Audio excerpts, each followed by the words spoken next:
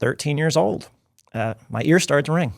Tinnitus, 14, freshman year in high school. It was after or during Philomena Sorelli and Jessica Ramelli's confirmation party. Son of a nutcracker, man. We had the bass, the Guido music, right? Yeah, back in the 90s. yeah. The heavy bass, and I got out, and my ears were ringing. Yeah. Never stopped. Wow. But before that, I had to that's when I had to give up pitching. My right shoulder, so much pain. And I was a good pitcher, which was very kind of depressing at that point. Developed tendinitis and couldn't pitch anymore. The amount of pain I would have after an inning, I couldn't even, use the water fountain. My arm would be shaking so badly. So that was another symptom. And the ringing in the ears, that all happened in the 8th and 9th grade area. Then I started getting, hamstring pulls, adductor pulls every sports season. So I'd prepare like a maniac, getting in shape for the seasons. And every season would end early because I would have some sort of injury. And then sophomore year in college at the University of Maryland, I remember turnaround jump shot on the baseline, swish. that was understood. Yeah. Land on the kind of the edge of the court, and there was a little bit of a lisp on the court, and my foot kind of just went like that. And that's when I had my first SI joint blowout, which is, if you've never, you never it's like no one forgets, where they were when JFK got shot. No one forgets when they have their first SI joint blowout because the pain is so intense and so shocking. And how old are you here? I was sophomore year in college. Got it. And then after that, it stiffens up on you. You can't move. You can't put on your pants. You can't turn over in bed. You can't put on your sock. I mean, the pain is insane. It's like your upper butt, your lower back. You're not, because at that point you don't really know what it is. Yeah. It's the SI joint, but you can't say it's your lower back. Can't say it's it's somewhere in the middle. Well, it's the SI joint. And for 14 years after that, until I was age 35, I would have about 3 or 4 SI joint blowouts a year, bilateral. It could be on the right side. It could be on the left side. Neck spasms, plantar fasciitis. I got first in high school, my junior year. Got some, orthotics that probably did not actually help. Were they like podiatrists? Yeah. And just kind of made it worse. So, but eventually that kind of went away to a degree. So I was never comfortable. And even playing sports, I just assumed people's feet always hurt. Yeah. It never occurred to me that people's feet didn't hurt. I was like, well, I figured my feet just hurt because I played sports a lot. And apparently that's not the case. Yeah. So I was never pain-free, but I thought that was just because I played a lot of sports. I didn't realize that you could play football, baseball, basketball, and be as active as I was and not have sore knees after playing 8 hours a day at the basketball court. I didn't know that was possible. Yeah. I just assumed it was because I played a lot. But so it was my late 20s into early 30s. That was definitely the most depressing. So pause there and like, what were you attempting at that? That's a decade of time there. How were you trying to solve the problems? No, because at that point I graduated college. I started doing IT work. Computer work, which for a farsighted individual who didn't know they were farsighted, and for someone who was then had to sit all day, was the absolute worst thing I could have done.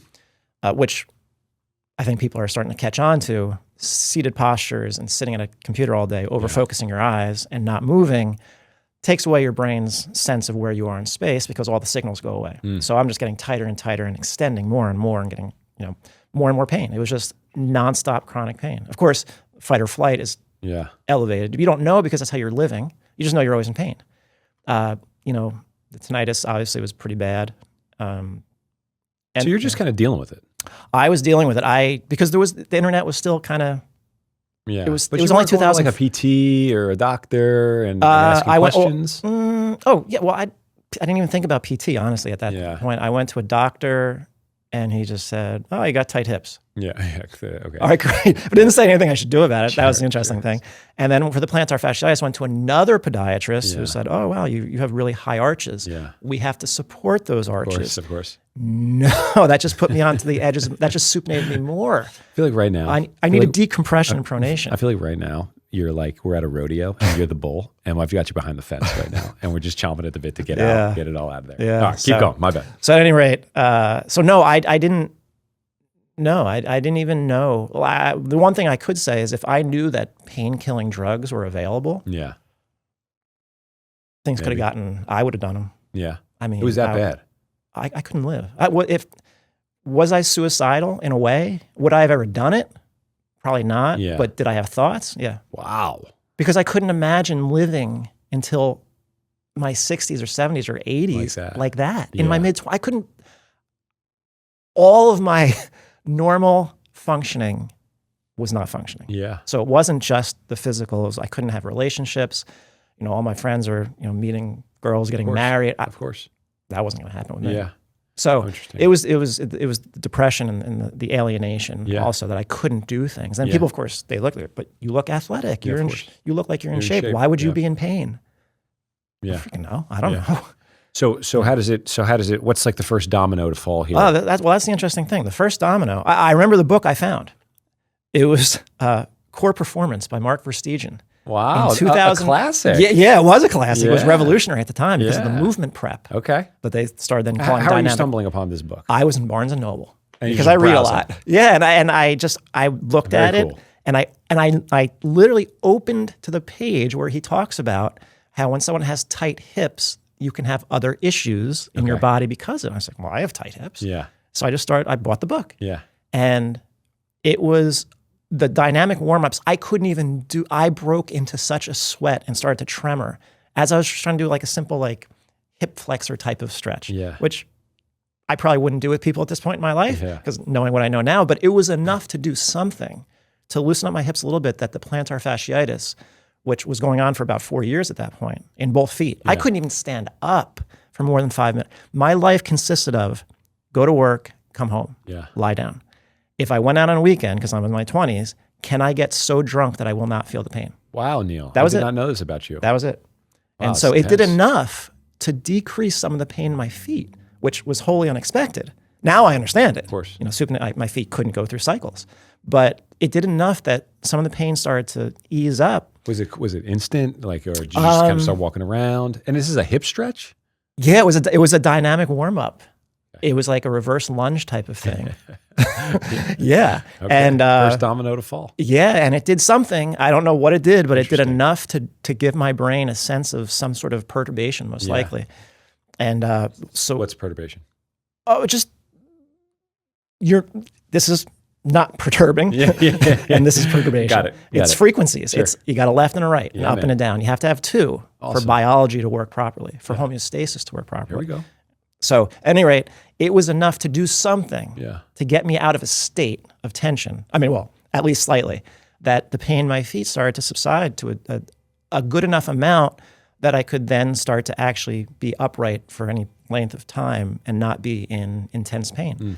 And I had already been to Brazil for my brother's wedding, and I saw how they were dancing nonstop, and I was like, "Well, it looks a lot more fun to be dancing." A lot of and I said, "You know what? I hate going to bars. I mean, I'm still in my mid-20s. I have no game. I can't talk to people at bars in bars anyway. I might as well start dancing because it looked so much more fun." Yeah.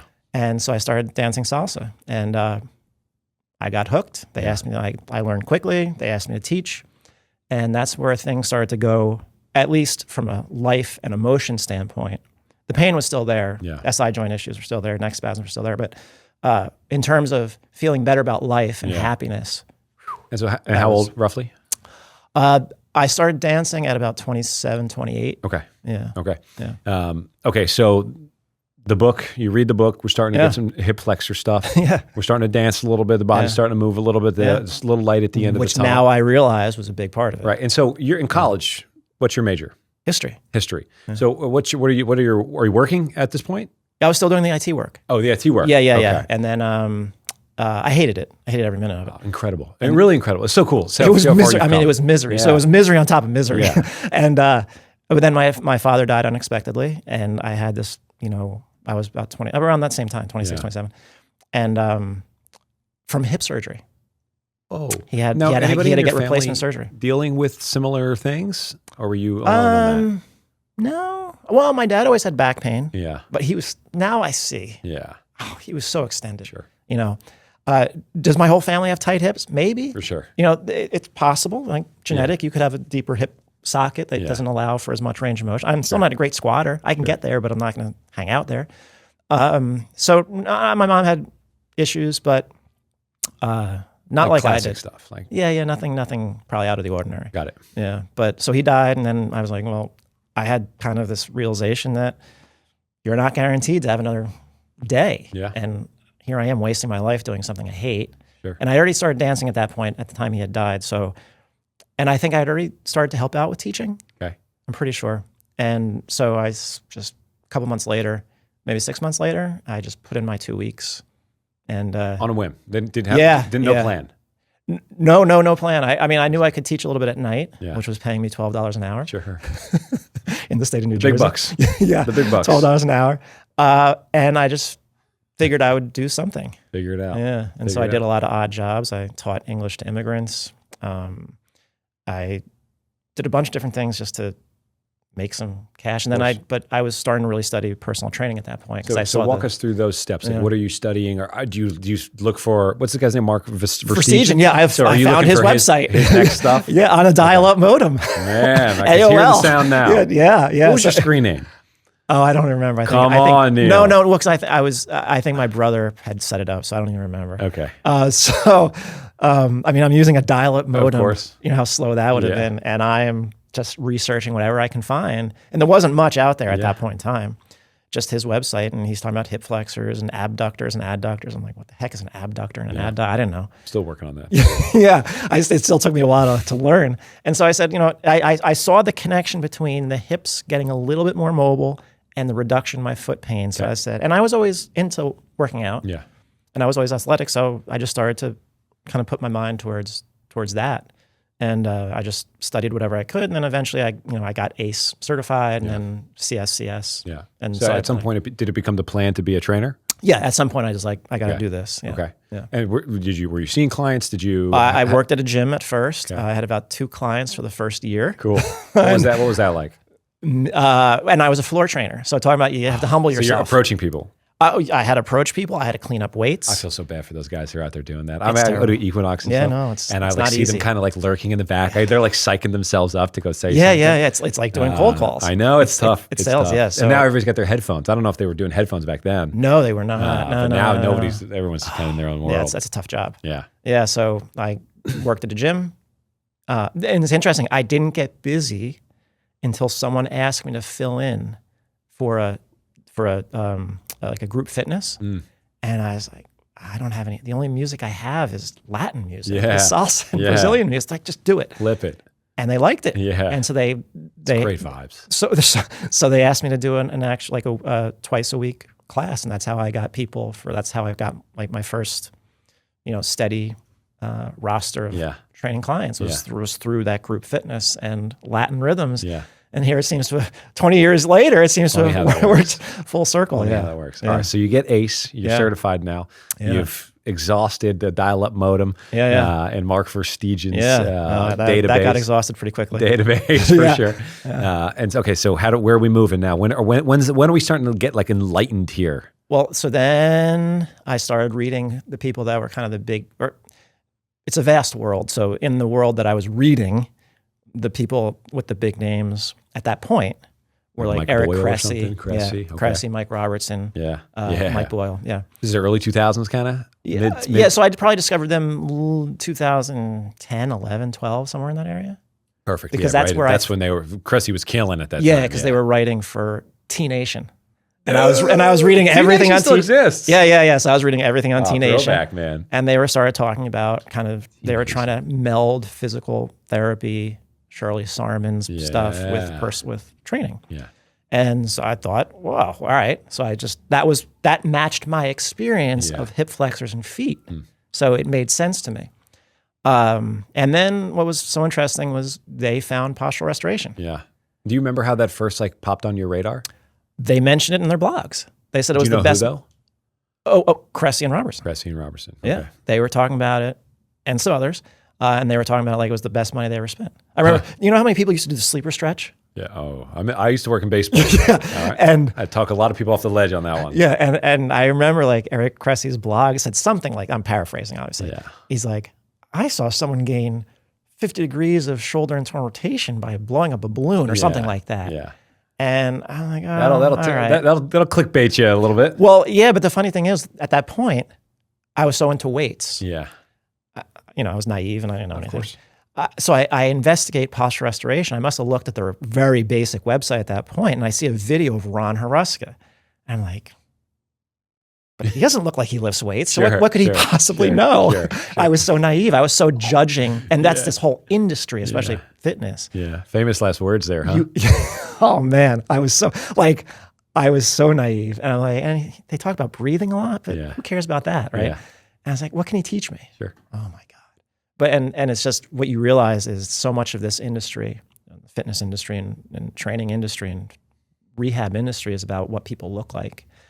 And people will trust a 26-year-old straight out of PT school if he looks good. Just load him up.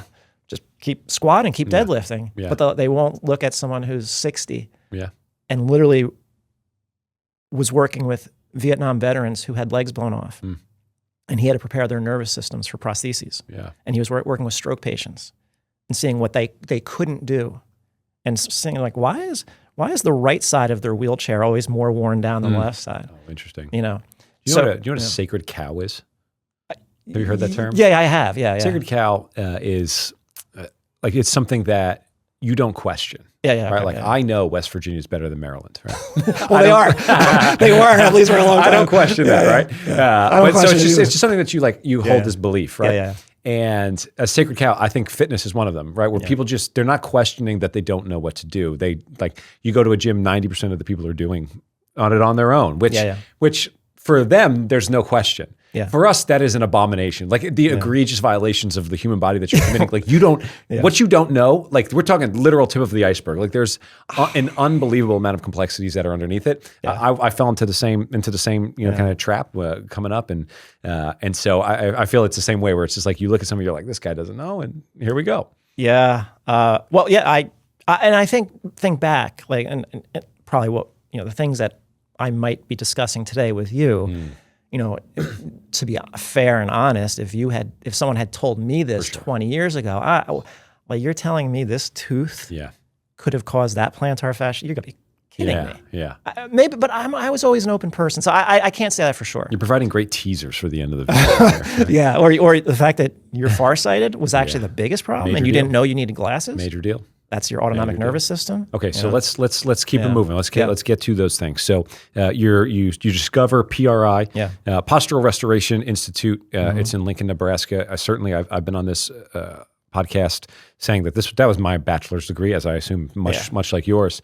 That's how Neal and I connected. Yeah. So you see it on Cressy's and Robertson's, and I remember seeing it on their blogs as well.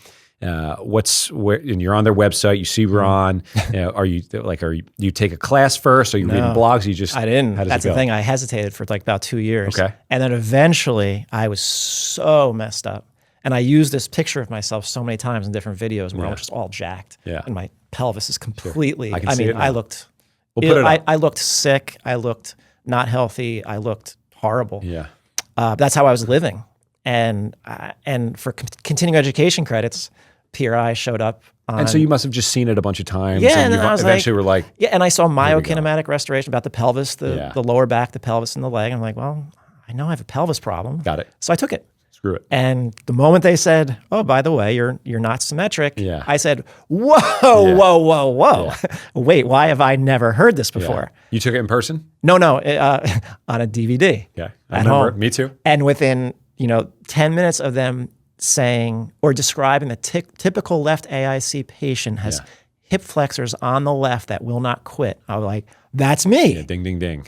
Asymmetry? You're wait a minute. We're not symmetrical? Yeah. So tell us about the asymmetries. Well, at the most basic level, physically, the right diaphragm and the left diaphragm are not the same. And it's not even close. That's the thing. It's not when I went to Body Worlds and I actually saw.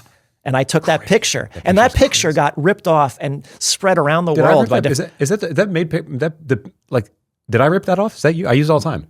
The cross section of the diaphragm. That's my picture. That's your picture. Yes, I got that from Body World. I broke the law to take that picture. I will give you credit henceforth. I'm going to show you too. It got taken by so many. It's different like people. the straight down shot. Yeah, that's me. That's yours. That's mine. It's a great picture. I know. That's why I took it. That's why I am so law abiding. And I was like, I have to see this You are picture. law abiding. Just for the people at home, I'm going to try to do this good.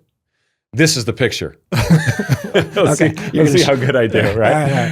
Yeah. So that picture's mine. Yeah. And when you see the difference in the size of the two diaphragms, you're like, how does no one talk about this? Undeniable. And only Posture Restoration did. So I mean, everything goes, all credit goes to Ron and the Institute. Like I didn't discover anything. Yeah. I might have discovered some things about rhythm, but still, its basis is still asymmetry. So that's, I mean, the orientation of the human brain and body to the right compared to the left is undeniable. And once you start doing a couple of the things. Run us through a couple like these anatomical asymmetries that people may not realize. Besides the obviously diaphragm, significantly bigger and more leveraged on the and then right. you got the much bigger liver on the right side. Yeah. I would say those, physically speaking, I would say those are probably the two biggest. Do you put much emphasis to the fact that the heart's on the left? Is that depressing the diaphragm at all? It is on the left. It is. Doesn't allow it to dome as easily, and so the diaphragms have to dome. First, so that they can take an inhalation, descend, and then go back up again. If it's stuck down, it doesn't.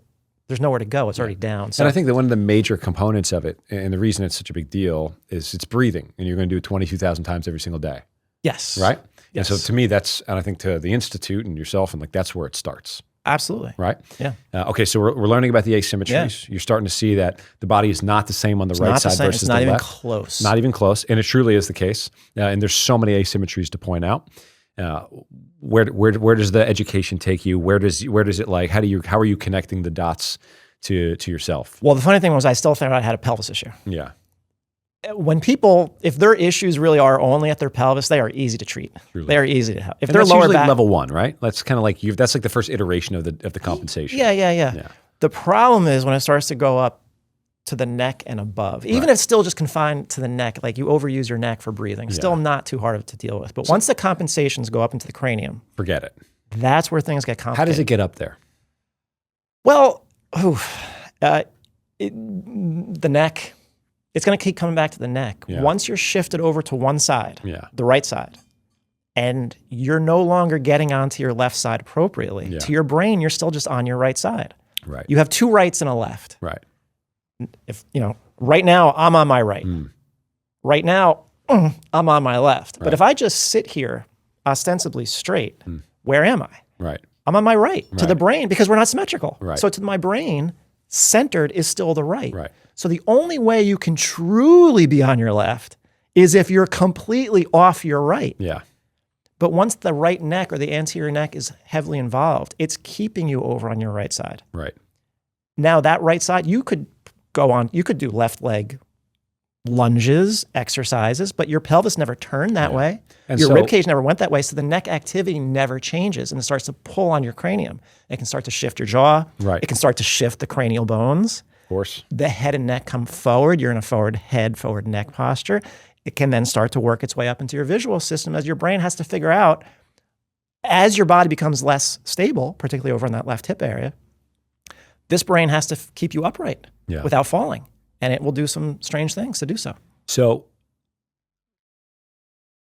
what happens? There's these asymmetries of the body, right? So which are natural, naturally, not a problem. We've all got them, right? And the one question maybe you get all the time is, well, I always get, does it matter if you are righty or lefty? Do you get that question a lot? Yeah. Okay. It's like the common question. Yeah. No, your organs are the same no matter what. I guess there is this condition of in situ inversus where you can be on opposite, and it doesn't matter. Really? It does not. No, because that's another. It doesn't change the testing because Dan Hooglam did a presentation on that. Holy smokes. He's doing a follow-up this year. Okay, that's it doesn't matter. You will still test as a normal right dominant pattern human. Yeah. So because of all of the asymmetries that exist in the body and the way that it's all set up, it naturally predisposes everybody to be more dominant on the right side. Because you are breathing 22,000 times every day, each one of those 22,000 times produces a small rotation to the right-hand side because of all of this dominance. Yeah. So over time, you get into what they call the left AIC pattern. But for the people at home, you can think of that as just kind of shifted over onto your right. The best classical image of this is the statue of David in Florence, which I visited. I took a picture of it so that I'm no longer ripping off the person I was ripping off. So I now use that one. Literally in the I have that picture as well. I was in the museum. Florence. Yeah, maybe it was your picture too. Oh boy. So now we know. So you're shifted over to the right-hand side. And so what Neal's talking about is like, okay, so like if I'm sitting over here on my right sit bone, I've shifted or lateralized over to the right. You might not even know it. That's the thing. Right. Because your brain adjusts to that's just the default position. The brain's a prediction machine. So it's always kind of predicting what the body's going to need in the next moment. So what he's suggesting is if I crank my body over to the left-hand side, you may not actually get there. You're kind of faking your way over there. Yeah. And that is because of the sheer volume of repetitions that have occurred to lateralize you over onto the right side. Right. So despite it kind of looking as if you're getting over to the left side, technically you're not getting over to the left-hand side. And this is where all of the compensations start to set in, because as I tell my clients, you're not just going to hop on your right foot across, around New York City. You're going to get over there, but now you're going to get over there illegally. Now, in order for you to continue living in this world, now you're layering on all of these compensations, and they manifest themselves throughout the chain. Yes. And then as they work their way up, as they tend to do, it starts with the pelvis rotating over to the right. The rib cage has to move over to the left to compensate for that right rotation. And then head and neck is going to have to do the opposite to, try to center you. Stay upright. Yes, exactly, to stay upright. So as soon as all of that happens and you get stuck in that one position and you can't get out of that position, that's where we see the head and neck start to become an issue, where the upper, the scalenes, the neck musculature is pulling on those upper ribs, trying to get you up. And it's just gravitating from chest, from neck, all the way up into the temporal bone, into TMJ, and so on and so forth. So that's kind of how it manifests itself throughout the chain. So you're learning this stuff. You're seeing you're seeing how this is created. How are these? Obviously, and I think these are the people that always learn it the best, is they're applying it to themselves or somebody they care about. And so how are you starting to apply this? Are you having big aha moments yet, or is it slow out of the gate? As PRI typically is. It's going to be slow for anybody. It's very dense material. It's insanely dense. Yes. You really have to stick to it. And it's cryptic too. Like they don't make it easy for you. No, they don't. They don't make it easy for you. You go back and take the course for the 6th time after you've gotten all the way through it, and you're like, what? I wasn't even taking this course the first time. Yeah. So the interesting part was just doing some of the basic stuff, which obviously to the average person is not basic whatsoever, but now you look back, it's pretty basic. That was enough to actually diminish. I never had another SI joint blowout like I had been for 14 years. Just how quickly did that happen? That happened really fast. And so what are you doing, 90s? I was just doing PRI stuff, yeah. I was doing everything. Now, again, knowing what I know now, I would have said, we're not going to do this yet. Right. All right. But I was doing it. Right. So I didn't know about anything above the pelvis. Yeah, just kind of patchworking it together. Yeah. So I just did every technique I could find in the manuals. I just tried everything. Yeah. And it was enough to get something to change in my pelvis. Yeah. Because I remember the first time I changed something, and I was at the gym and I felt something change in my pelvis, and I just stopped. And in my mind, I'm like, oh crap, what did I do to myself? I was waiting for the pain. It was like palpable. You felt something happen. Yeah. And I was waiting for the pain because I thought I blew out I thought I did something, and the pain didn't come. I'm like, all right. Because that's what used to happen. Once I'd have a twinge of a neck spasm, I'd stop and maybe it won't spread. It was always too late. So I would stop. I felt something when I was doing what I was doing at the gym, which was kind of a PRI technique. And the pain didn't come. So I started walking around a little bit. And I honestly felt like back then, Gisele Bündchen on a runway. Yeah. Like my sense of my hip movement was like, it must look like to other people I'm a Victoria's Secret catalog model with this exaggerated. It was probably moving the slightest bit, but to my brain that had never experienced movement of a pelvis. Right.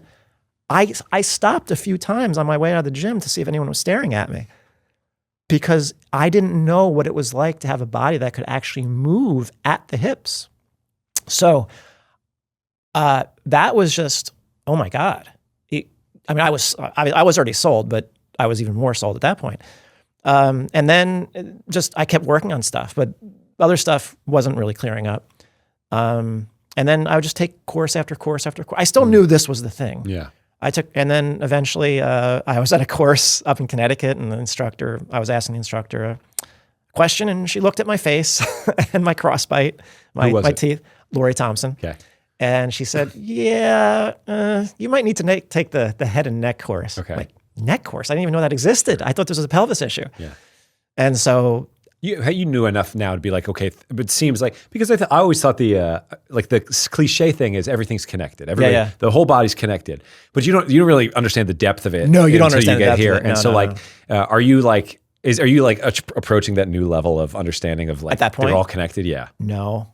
You're still kind of in that normalized world, the Muggle world for Harry Potter fans. Well, I probably had more of a it's all connected understanding than the average trainer, sure. But still up here. Got it. No, I was like, I didn't even know the neck course existed. Got it.